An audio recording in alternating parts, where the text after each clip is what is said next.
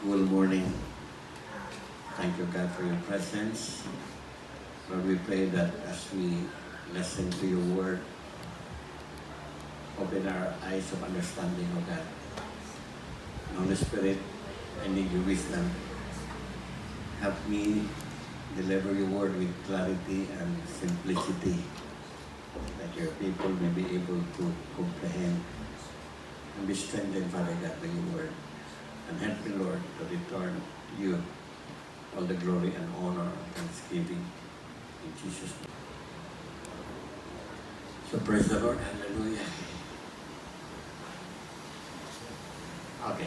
Let's talk about worship. Pagdugan ng kawalig worship. This is taken from the book of Matthew.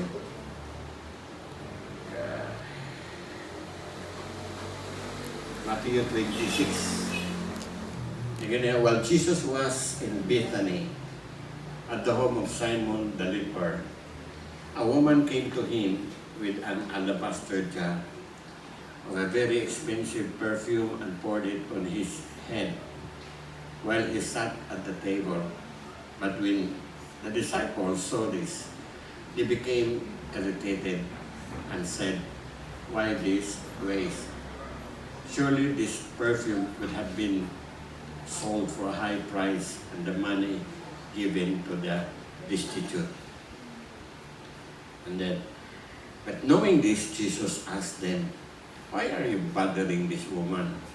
She has done a beautiful thing for me. You will always have the destitute or the poor with you, but you will not always have me." When she poured this perfume on my body, she was preparing me for the burial. I tell you of all with certainty, wherever this gospel is proclaimed throughout the whole world, what she has done will also be told as a memorial to her. God bless His word. Now this is one event in the life of Jesus. In the gospel, the four gospel book, the Matthew, Mark, Luke, and John, these books are called the synoptic gospel. In a sense nga, daghan mga nasulat na rin nga pero pareha. Now this one, in Matthew 26, dimension ko ni sa John chapter 12, pero differently siya itong sa Luke chapter 7.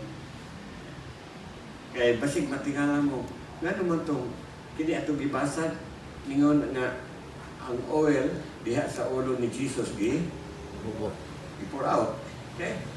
But in Luke chapter 7, ningon diha na the lady, gihugasan niya ang tiil ni Jesus sa iyang mga luha, and then pour out the on the hair. Okay. So, what ay perfume itong 7? Okay. So, sa John chapter 12, it was Mary who performed the pouring out of oil. Okay? Can you flash John chapter 12? I believe John chapter 12 and Matthew 26 is the same. Okay. John chapter 12. John chapter 12 is right after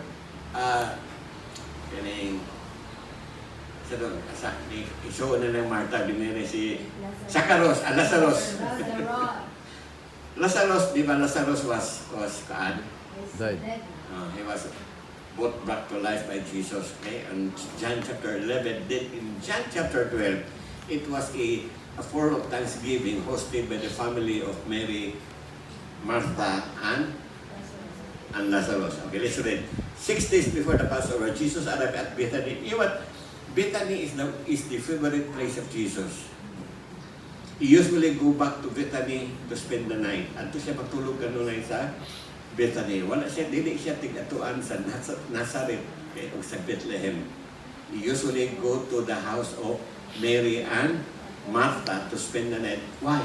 Because it is only in Bethany, at the house of Mary and Martha and Lazarus, that she feel welcome and loved. Okay? So, 6 days before the Passover, Jesus arrived at Bethany where Lazarus lived, whom Jesus had raised from the dead. Next, verse 2. Here, a dinner was given in Jesus' honor. Martha served while Lazarus was among those reclining at the table with him. Next. Then Mary took about a peg of pure nard or spiked nard, an expensive perfume. She poured it on Jesus' feet and wiped his hair with her hair. And the house was filled with the fragrance of the perfume. So this is different from kaya sa atong gibasa kanina sa Matthew. I-close. Baliktas PowerPoint. So diri gagamit niya fit pili dahil kuan.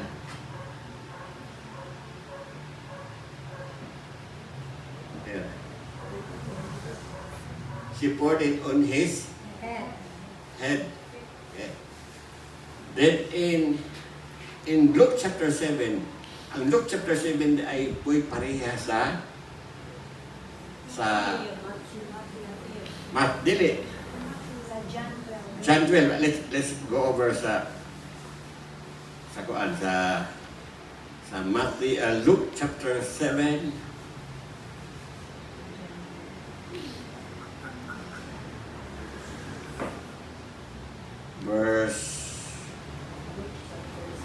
Luke chapter 7.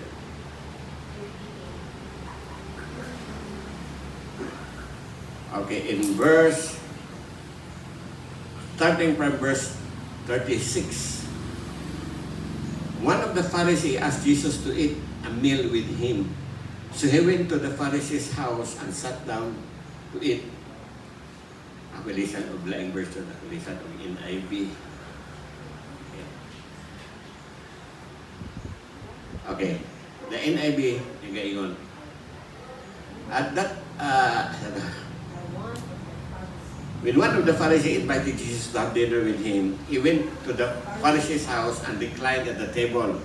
A woman in that town who lived a sinful life learned that Jesus was eating at the Pharisee's house, so she came there with an alabaster jar of perfume, and she stood behind him at his feet weeping.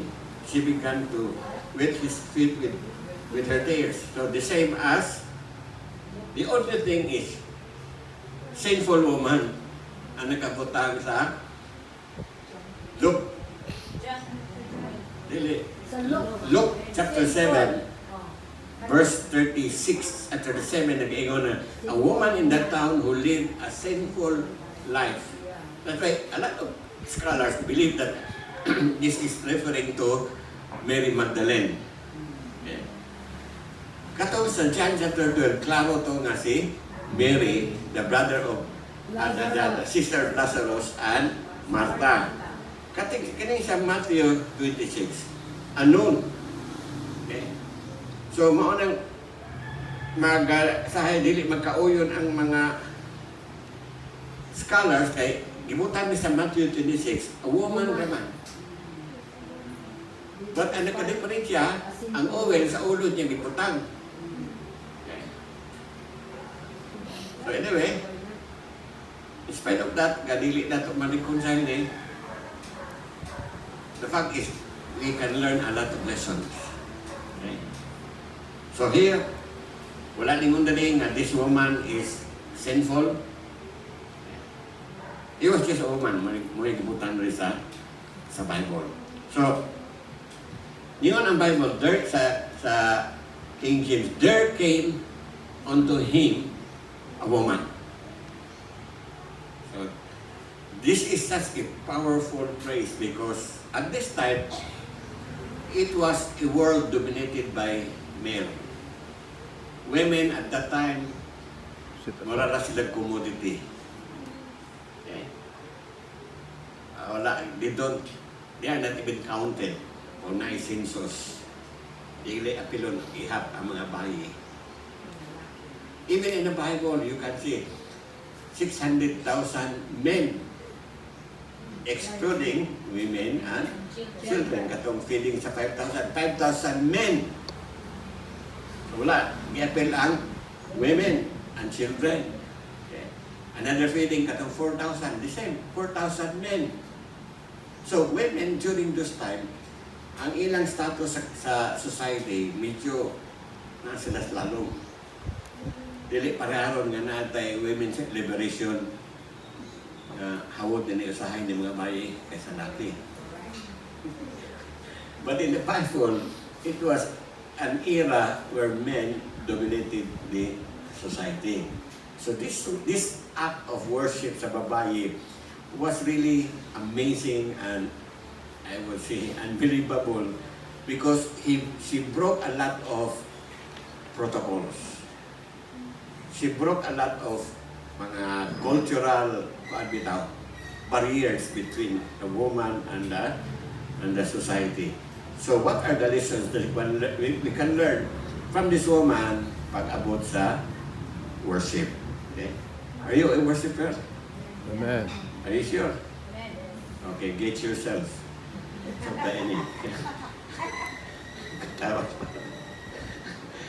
Okay, worship is a universal privilege. Okay? Man created in such a way that we should worship God. In fact, we are created to worship God. Bisag di na mo worship God will exist. Kasi gahuna-huna mo nga, kung di na mo worship, maminos ang Ginoo or mawala siya, no? If you don't worship, you'll be in trouble. Because we were designed by God to worship Him. And every person, whether you are a Christian or not, whether you believe in God or not, deep inside you, there's something there that longs for a higher being, na imong simbahon. Kung dili ka Christian, you will worship another thing. That's why if you go to India, India has 33 million gods. If you go to India, you can find a big temple, sulod sa temple, puro na ilaga, mga balagtok. And people goes there and bring food para sa mga balagtok and nagtot na sila kandila sa balagtok because that is their God. Matukas Kolkota, kung driver ka, careful ka nga di ka ligis o baka kay ang Kolkota, maning syudad nga dahang baka kasuroy-suroy sa kasada. Di na di mo pwede ligsan kay nakaligis ka Ginoo kon mabanggaan ni mo na. Okay? In fact, ingon to akong roommate sa Hawaii, sa eskwela ko sa Hagay, akong roommate Indian. Siya ingon, grabe si India ko to, ingon anak ni, kadaghan na mong Ginoo dito. Siya ikaw, kay gwapo-gwapo ka, kung maadto ka dito, pwede kayo mo Ginoo.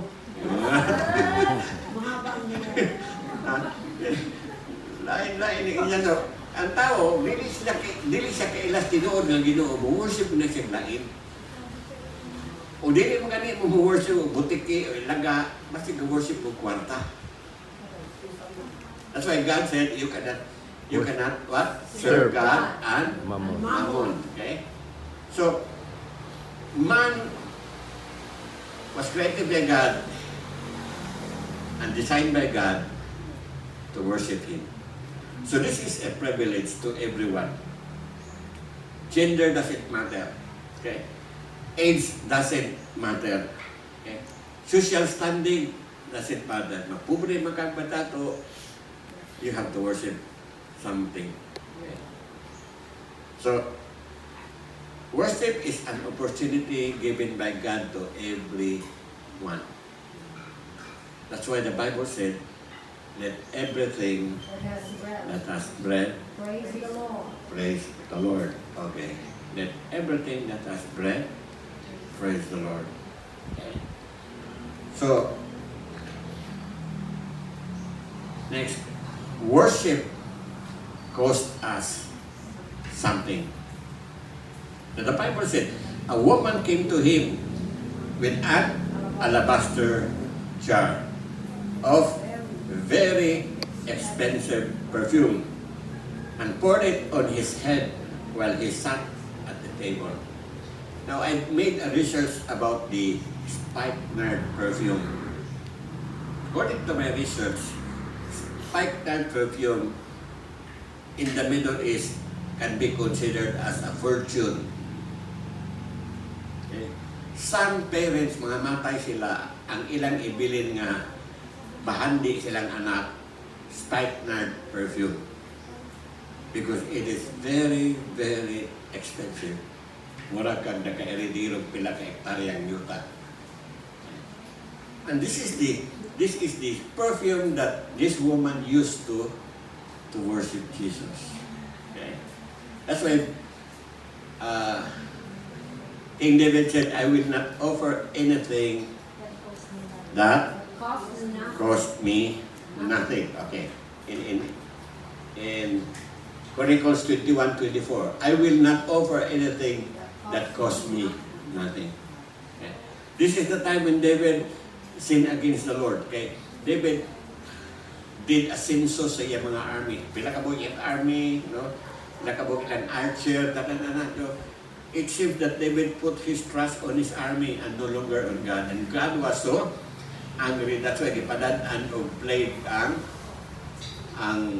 Israel. In one day, 70,000 of the mighty men of David were killed.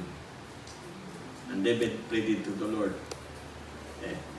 Ningon si David, ningon na Ginoo, you select what kind of judgment, that you will have famine for 3 years, or your enemy will defeat you, or I will punish you.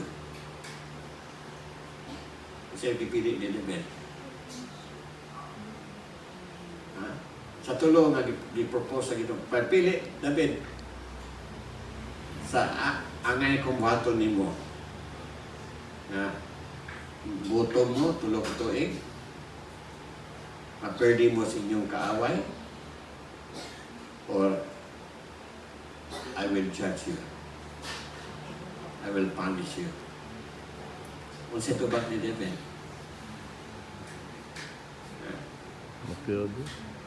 David said, Lord, I will prepare that you punish me, because even in your punishment, I can find mercy. Beautiful. Diba? Lord, even in your punishment, I can find mercy. Kung maperdi sa kaway, there will be no mercy. The enemy will not show mercy. But God, even in His anger, He can still show mercy. That's why David hurriedly went to the field of Araunah, and yung inas Araunah, I need your field because I want to offer something to the Lord. So inas Araunah, my king, you don't need to buy this field. I will just give it to you free. So inas David, no. I will not offer anything that cost me nothing.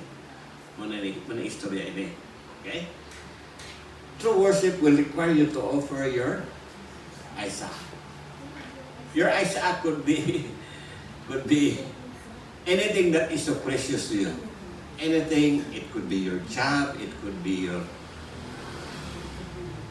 wife, your family. Okay? Anything that is so dear to your heart. There will be time that God will require you to offer your Isaac. Many years ago, probably si Gio ito, she was still around 3 years old.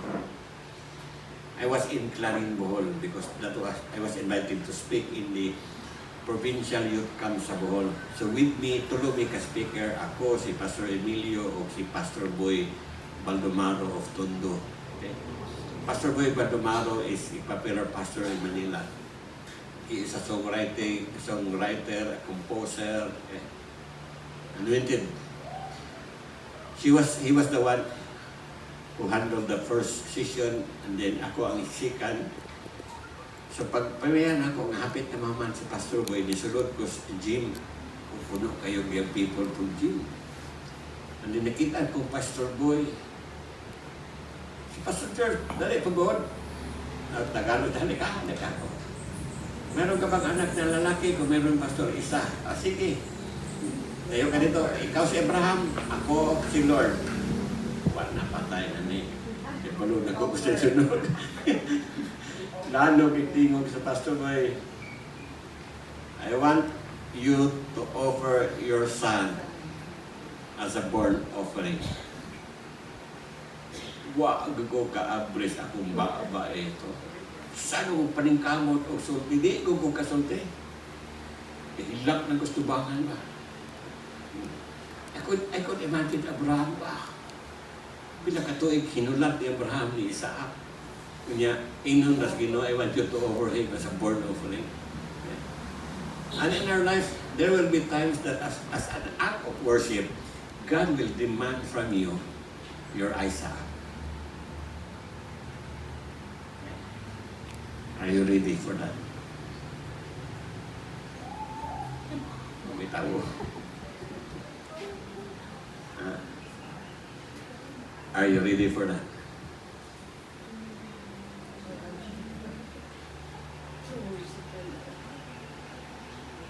I have given one of my son, my child.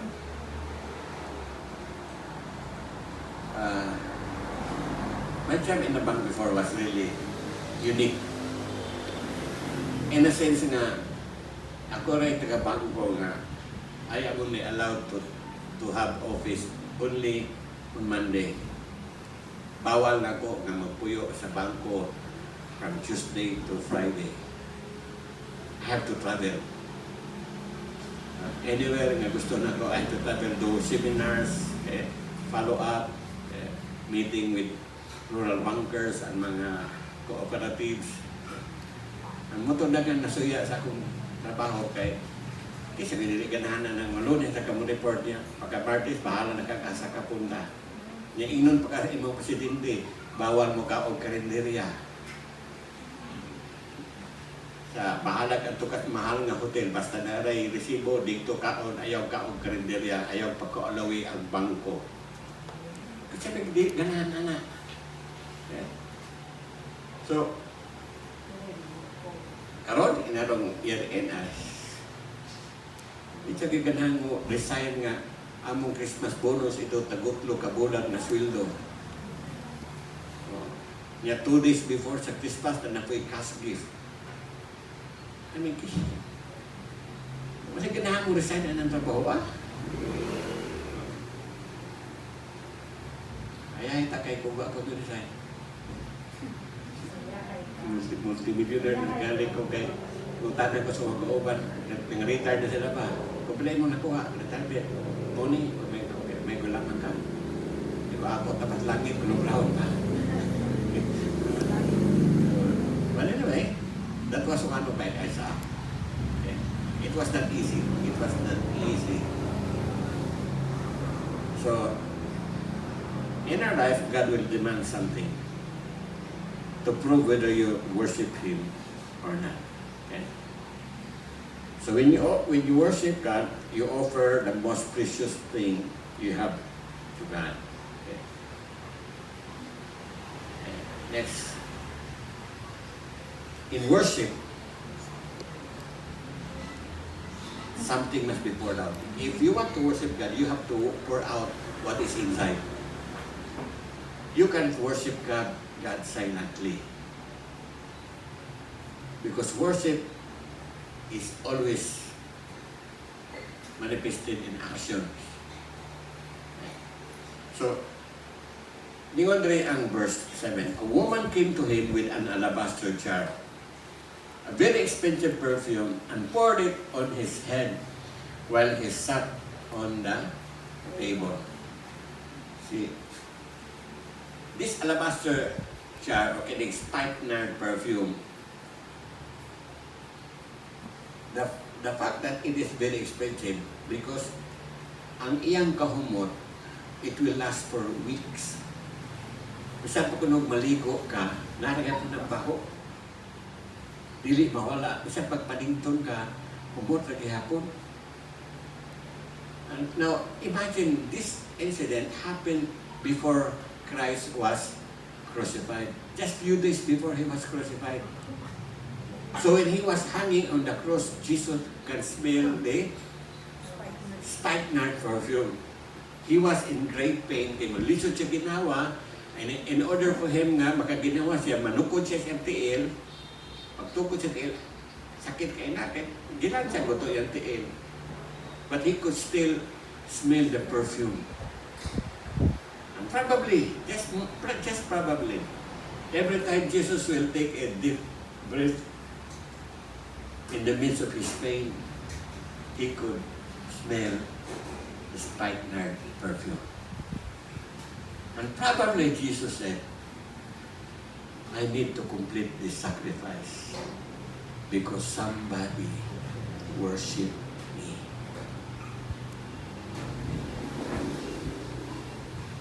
Kita niya? Spikenard perfume. What's the meaning of spikenard in English? Wali ni Bebo na sa una. Notat notebook. Okay, spikenard means genuine. So the act of worship sa babae was genuine. Another meaning of spikenard is pure. Ikatulo, unadulterated. So that is the kind of worship that Jesus is looking from us.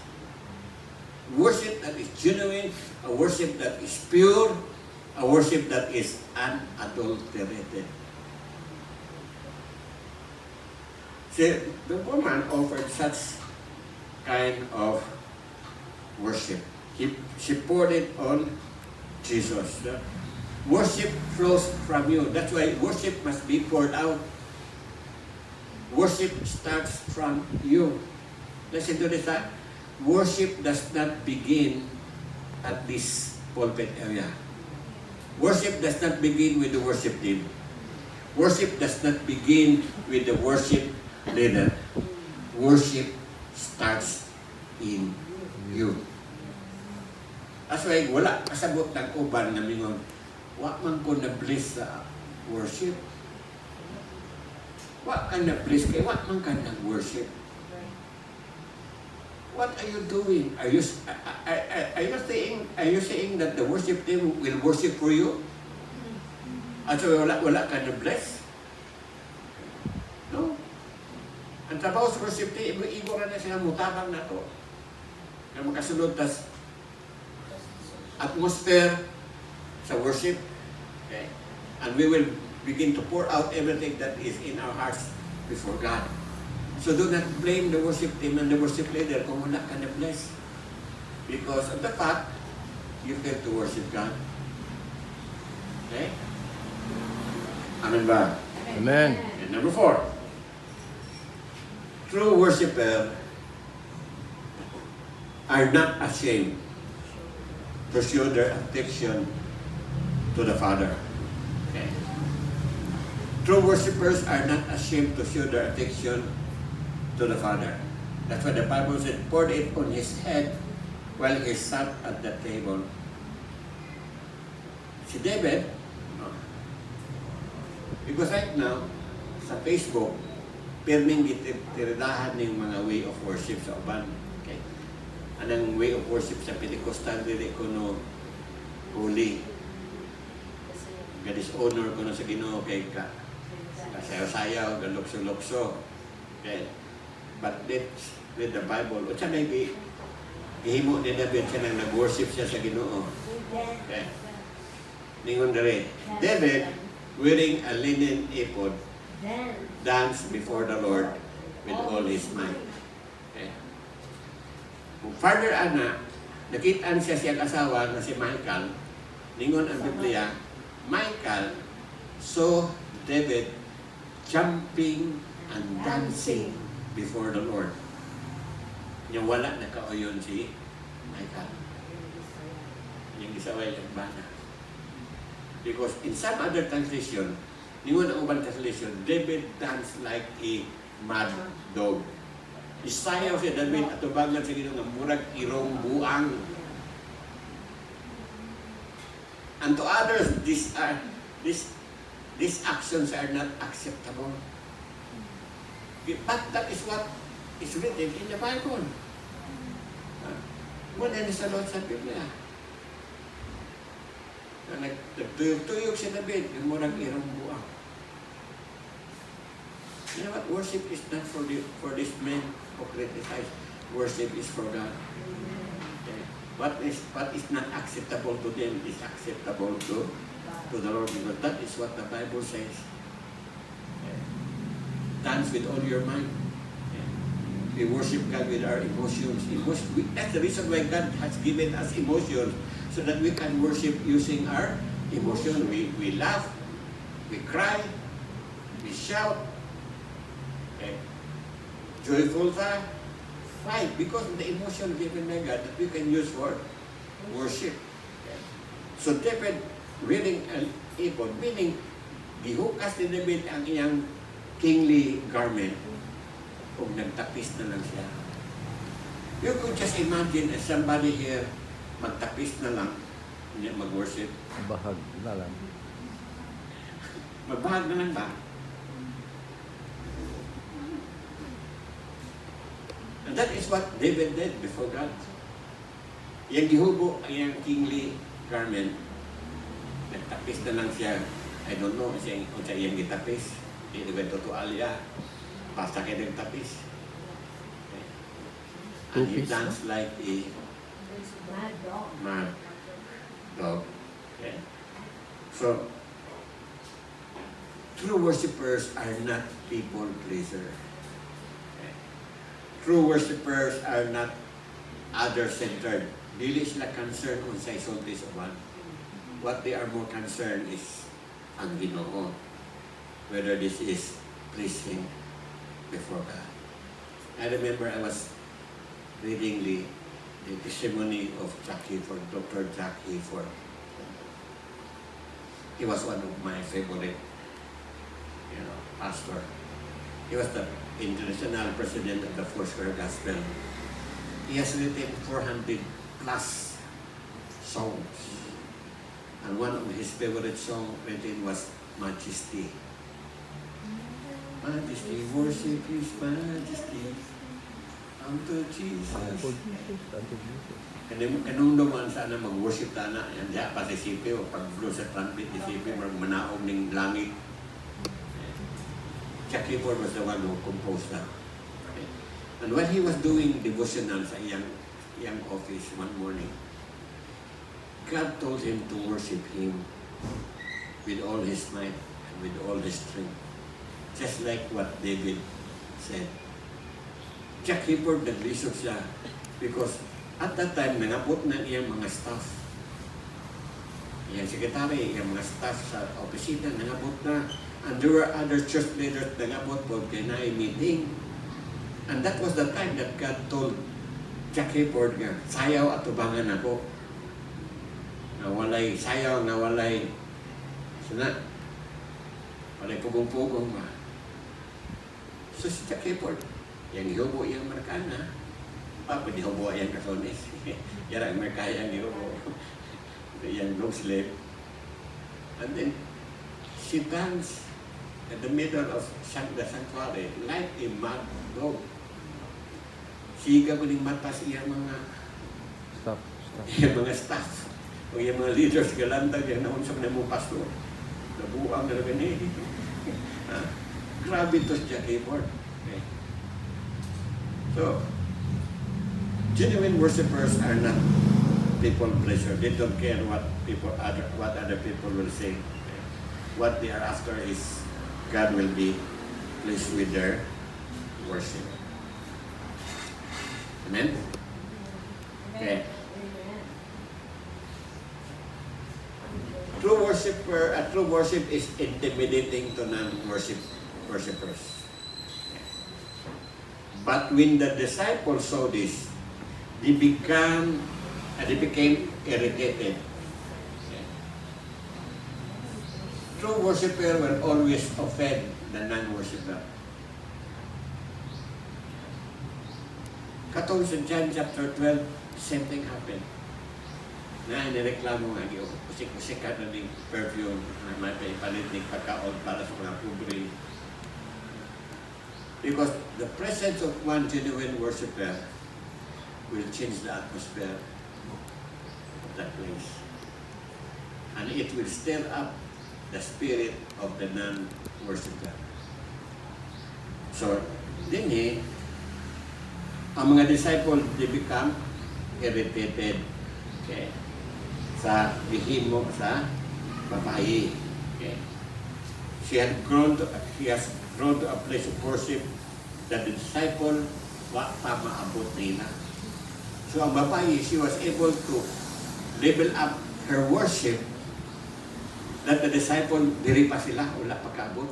That's why, nanaway. Okay. Most usually, ang manaway, katupang wala. Kung inatong sa kapastor, kaya hadlok siya si Pastor Emilio. Siya, ayaw kahadlok anang, Pastor, ayaw kahadlok anang reklamong si katulog gibing. Kaya kanang reklamo nga, katulog kagibing, muna dili giver. Ayaw ang paminawa na nila. Sino ba na, ang reklamo katulog nila giver? Pero susunod na, wali kagibing katong giver, susunod na, paano pa Pastor, sige pa, dugani pa. Same with worship. A true worshiper will stir up the spirit of the non-worshiper. That's why they will criticize the genuine worshiper. Okay? Because the disciples were troubled with the expression of worship sa babae. It was, dili normal. Okay? It was not normal for you to pour out a spice and perfume because that is a fortune. Actually, when the woman poured out that perfume, she was pouring out her future. Okay? Diha kang Jesus. She was giving up her fortune or his future in her act of worship. So, ayaw ka problema o naay mo, reklamo. I remember, ganito patas babaw. Worship na to, taas. Na reklamo nga, taas ko no kayo atong worship. Ako inunin mo ang leader. Kada reklamo, umintuhig 5 minutes. Hantod mo undag reklamo. Hantod magkakat-on of worship. Okay? Sunod. Okay. The highest places in heaven are reserved for those who worship the Lord of Lords. Okay.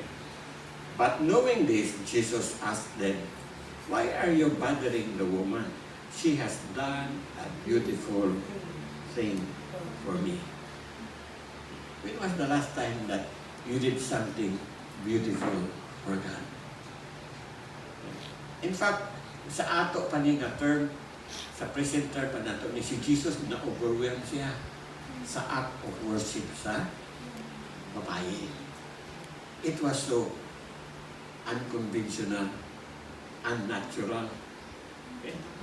Because the woman to come into the house of a Pharisee, I mean, it's not normal. She has broken a lot of protocol. Number one, she was a gate crusher. Wala siya imbitahan ni Adto. Nagpabagang no. Gate crusher ang babae. Ang bawal sa babae nga mudot-dot sa laki during that time. Kining babae, dito doon siyang Jesus. Pag i-pour out niya ang oil. Remember ko sa una, dali pa may nagpuyo. Usa ka mudo na kumantag nag-worship. Uli ni, pag-abot ang balay, pagkatotoo di abot sa Pastor Dayot o ba ni Angie o ni itong isa nga ito, pabay. O si isa tiya nga, dangga si.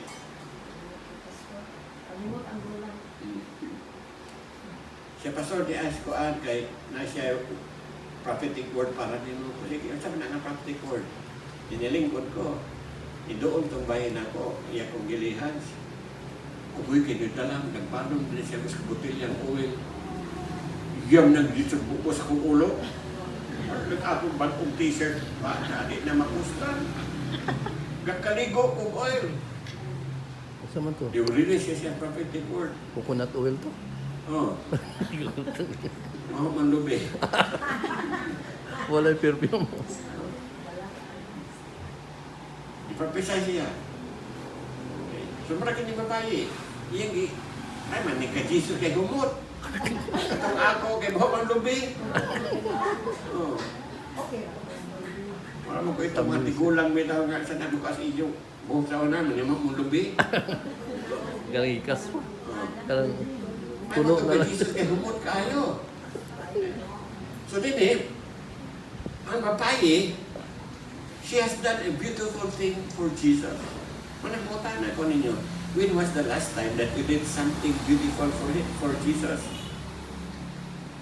That's why Jesus commended the worship of the woman. Yang ibuyag niya mga disipulo, pasagdira ni bayana. Kamu, sige na mo kuno nagpobre. Ya ako ag mo kay ganauna. Sige na mo pobre, pero ako nga dili ko magdugay ninyo. O ako may panahon para nako. So Jesus commanded ako worship sa babae. Okay. So ang babae, yan nagugtuman unsay naa sa Lord sa iyang kasing-kasing. Okay? Because all throughout the Bible, from the book of Genesis hanggang sa Revelation, the main battle between God and Satan is worship. Amen. Kana nga word mo ilang di awayan. Worship. That's why Satan minangkamot siya nga worship kaniya. Hindi mo minangkamot po nga atukan niya worship. This attack of war between Satan and God of who will win when it comes to Worship. worship. Okay? And that is muna giingon sa Biblia nga kining ingon Jesus nga she has done a beautiful thing. Sa ato pa ning kuandron words ningon Jesus, hey, this is the kind of worship that I am looking and desiring from you. Imo nang i-paraphrase ka ng word ni Jesus with this modern society. Una iyang sorte. This is the type of worship that I am looking from you. Worship na walay tihit. Worship na, this is what we call abandoned worship. Kung tuon ka worship, tining term na abandon, common na abandoned worship, bridal worship. Okay? You have to be aware of that. Kaya naan na sila yung mga significance. Okay? Abandoned worship, pasapot ang abandoned worship, meaning you abandon everything. You abandon the protocol, you abandon the culture, you abandon the comments, the criticism of others. What is more important is you are focused on God in worshiping Him. So you even abandon your right, and even your right to defend, because you are totally focused on God. Okay. So, muna ikaunom, ikapito, our times of worship are so important that God writes down our name in a book every time we worship Him. Like that. Namatay makita anak. Apin ako, libro ras kinabuhi. No, you read the Bible. In the book of Revelation, ino mabasa sa Revelation 20, books were open. Plural, books were open. And whoever name not found in the book of life, napunta sa Fire. fire. So there are other books. And what are these books? Okay. So the other day, I tell you of all the all of you with certainty, wherever this gospel is proclaimed throughout the whole world, what she has done will also be told as a memorial to her. So this woman will always be remembered for her act of worship. Now, Didi, indeed, about Zion it will be said, more than one person was born in it, and the Most High Himself did it. The Lord will record as He registers the people. This one was born there in Psalm 87 verse 5 and 6. Zion in the scripture is known to be the place of worship. So, kini nga, versikulo, ningon dali ang versikulo 5 and 6. Those people that nakita sa Ginoo in the place of worship, they register their names. I believe in the book of worshipers. So every time we worship God in an abandoned manner, God writes our name. Ang punta na ron, nasulat na ba yung ngalan sa book of worship? Huh? Let me give you another source. From Malachi chapter 3. This is not in my slides, but karon pa ko na kinumdum. In Malachi chapter 3, started in verse 16. Okay. I'm reading from the easy version. Okay. Easy to read version. Okay. Ingon na rin. Then the people who respected the Lord talked to each other. The Lord listened to what they said. While the Lord watched, someone wrote names on a scroll. Okay. Those were the names of the people who worship God, or who worship the Lord. And they respected the Lord's name. They wrote down their name so that people would remember them. So they wrote the name of those who worship God.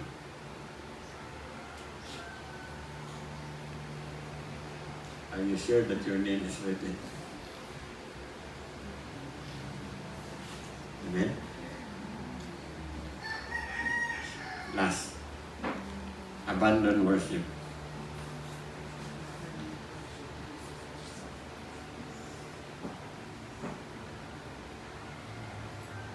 Abandoned worship is the kind of worship Jesus desires from us.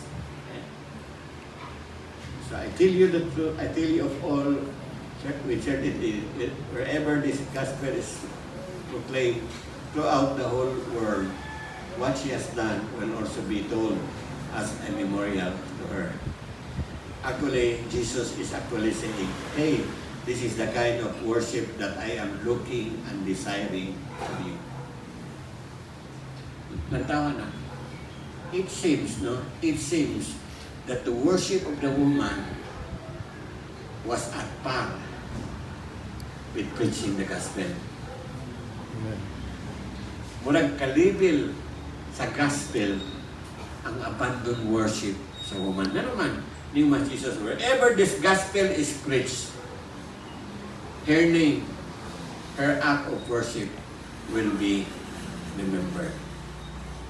So as long as we continue to preach the gospel, her name will always be remembered. Because Jesus Himself will exalt the Anna. Okay. This is what we call abandoned worship. Okay. Amen. Okay. Glory to God. So, this is the true heart of worship. The true heart of worship, first, is humility. The woman humbled herself before Jesus and before the other people. She was not supposed to be there. Okay? But she knelt down before Jesus and worshiped Him in a way na nakalitan ang kadaghanan.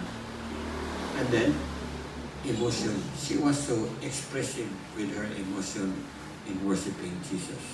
Okay? Adoration, no? Adoration means worship. what she did was the highest form of worship that Jesus was looking. And what she did was an act of repentance and thanksgiving. Katong sinful woman, nanotong ni worship at tubangan ni Jesus because she was delivered from the 7 demons na diha niya. Okay?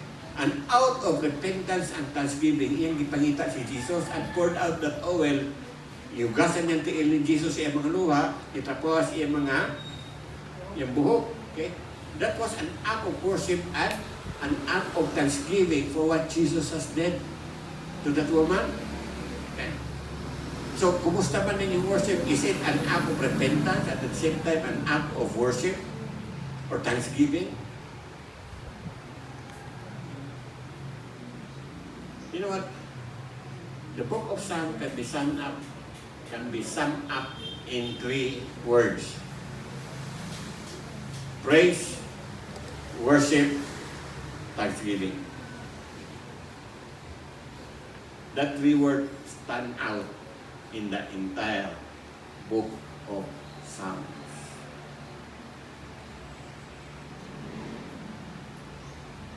In your worship, are you thanking God for His grace, for His forgiveness? Are you thanking God for the salvation, for His mercy, and for His faithfulness? When you have that fire, you can be a true worshiper. Amen? Hallelujah. Praise the Lord. Thank you, Lord. My preaching at Luke chapter 7 was more about overcoming the limitations. Okay. The woman has a lot of limitation. Okay. But because of her desire to worship God, she overcome those limitations. What was the limitation? Just a review. The first limitation of the woman was she was a sinful woman. She cannot be at the house of a Pharisee. Dili sa pwede mo atos balay sa usa ka Pariseo kay she was a sinful woman. Okay. Number 2, the culture. Bawal sa babae matipon sa mga lalaki. Pulso nga mulingkod sa tiilan, muhalok sa tiil sa lalaki. Okay. The woman broke the protocol. Wala sa imbitahan, pero niantos niya. Nagpapagag noon. Yung limitation, she was poor, but the only thing she has was the spikenard perfume. Pobre man to siya, mamaya itong na-engage siya prostitution, kaya pobre siya, wala siya kwarta. Pagpaglagda niya, Kaipon. naman na gibilin yung mama nga spikenard perfume. That was the only thing that she can offer to Jesus. She could not offer herself because paglantaw siya nga, kinilawasa, hukaw, okay? Product is prostitution. So she could not offer her body to Jesus, her life. And the only thing that nakita niya was the spikenard perfume. And I believe without her knowledge, why ganit siya hibalong sa meaning of spikenard? So her limitation was another one, the cost. She has the money. She was poor. But it doesn't stop her from worshiping Jesus. Nagantong mga limitation sa akong part. Amen?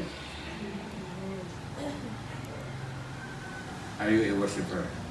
Yes, amen. Thank you, Lord. John chapter 12. Yung ang chapter 12. Na, alay ko na kung plus ito.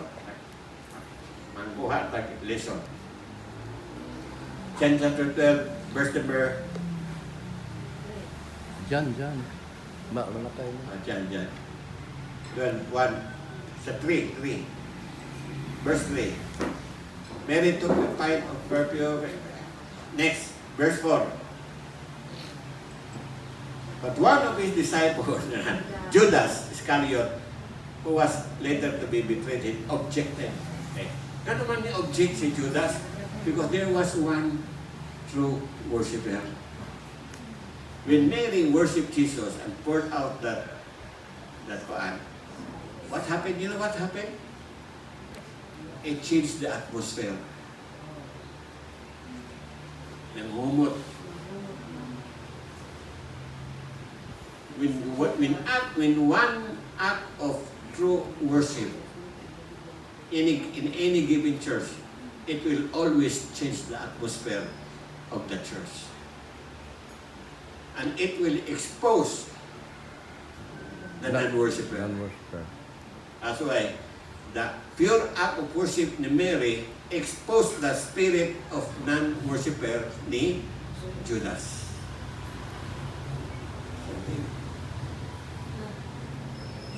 Okay. Then,